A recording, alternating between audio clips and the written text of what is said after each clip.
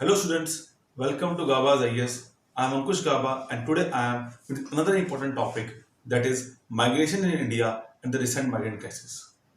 Friends, migration in simple terms means movement of people from one place to another. It can be permanent or it can be temporary. And in case of India, migration is a historical process. It happened in 1947 when millions of people from the current day Pakistan moved towards India and India managed that crisis. Even after independence, the migrant is a continuous process which is happening in India. Studies shows 37% of population in India is migrant.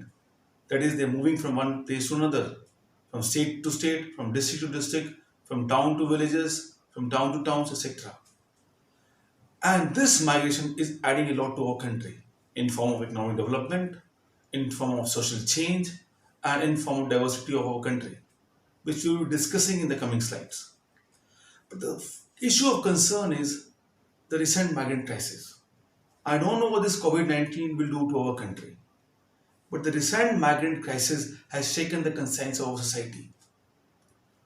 After the lockdown was imposed, millions of people walked towards their homes with no food to eat, no water to drink, no medicines, no proper footwears, no transport facilities, and they're walking.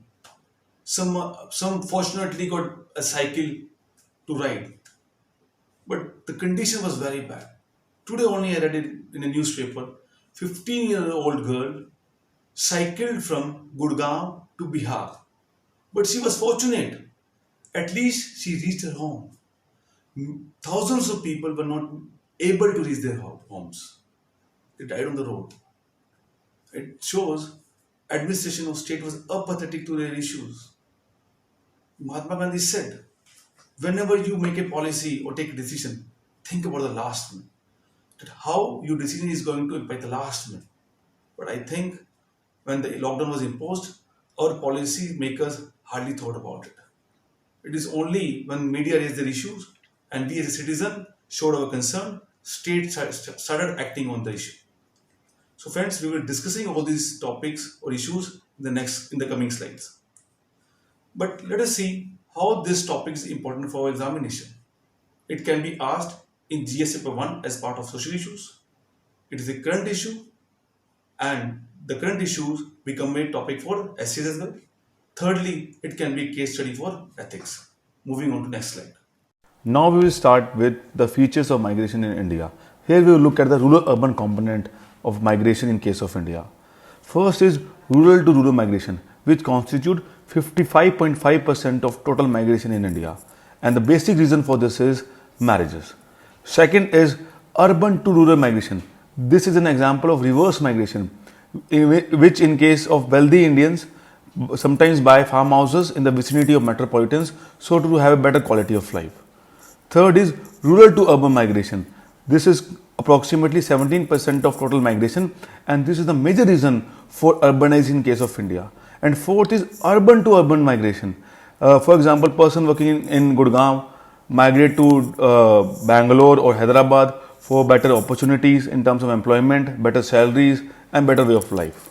The other important dimension to the feature of migration in India is the gender dimension.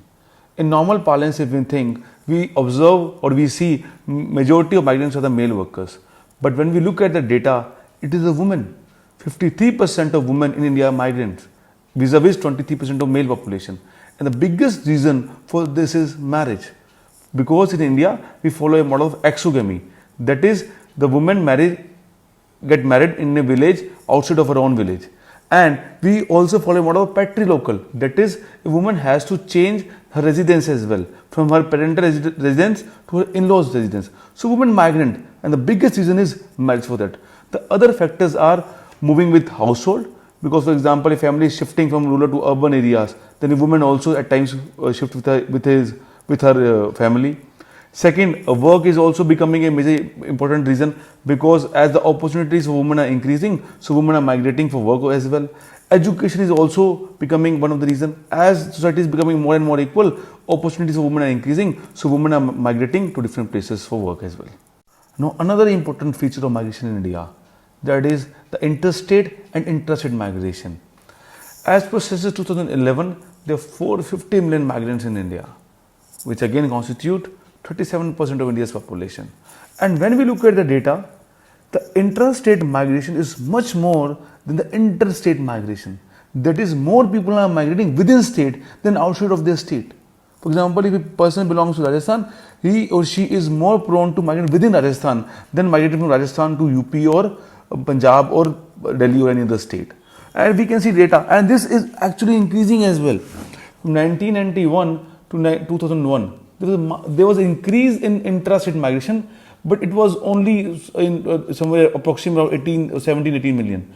But when we look at the census data from 2001 to 2011, a huge increase of approximately 45 million in numbers is the interstate migration. But when we look at the same census data of interstate migration, it increased only approximately 14 million. So the more intrastate migration is taking place, and the percentage of this migration is also increasing when we compare it with the interstate migration. And the biggest source state for migrant is Uttar Pradesh and states like Bihar. That is, more people are migrating from these states to other states, and this is called as the process of out migration. And the in migration state is Maharashtra and Delhi, and new states are coming up like Tamil Nadu, etc. Now we look at the factors which leads to migration in case of India. The first important factor is the economic factor. Because people desire more wages or better wages, people desire better employment opportunity, and people looking for livelihood opportunities, they migrate to different parts of the country, particularly in case of rural to urban migration. Because of distress in rural economy, people migrate from rural areas to urban areas so as to earn better livelihood opportunities. Second factor is the demography factor. The states which are large or which have a large population and there are less opportunities, the people from these states migrate to places for better opportunities. For example, people migrate from UP to different parts of the country for better livelihood and employment opportunities. And third factor is the socio-cultural factor. People generally from the middle class or the rich class in the rural areas migrate to urban areas for better lifestyles in terms of education, in terms of health infrastructure, in terms of better life for their children, etc. Secondly, education is another important factor within these socio-cultural factors, particularly from among the youth of this country. In order to do professional courses like engineering, medical courses, agriculture courses, etc., and to take coaching for different subjects, they migrate to urban areas because there are better opportunities in regard to education in the urban areas. Third is marriage. This factor is particularly prominent among the women of this country because in India we follow a model of exogamy, that is, a woman has to leave her parents' house and migrate to their in-laws' house, which is generally in different village or different town. So, large number of women migration happen because of marriage. Last is some of the soil policy.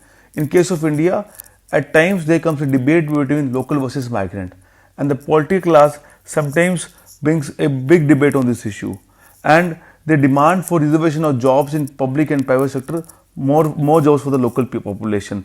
This factor negatively impacts the population and it restricts migration of the outsider into the different parts of the country.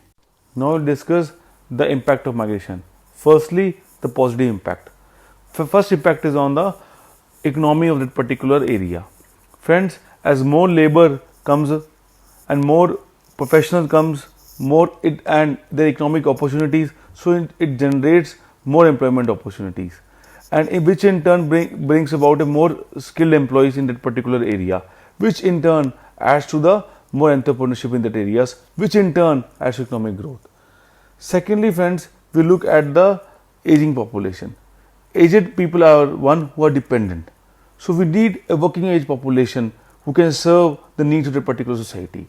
So whichever society has more aged, they need more youngsters. They need more working age population.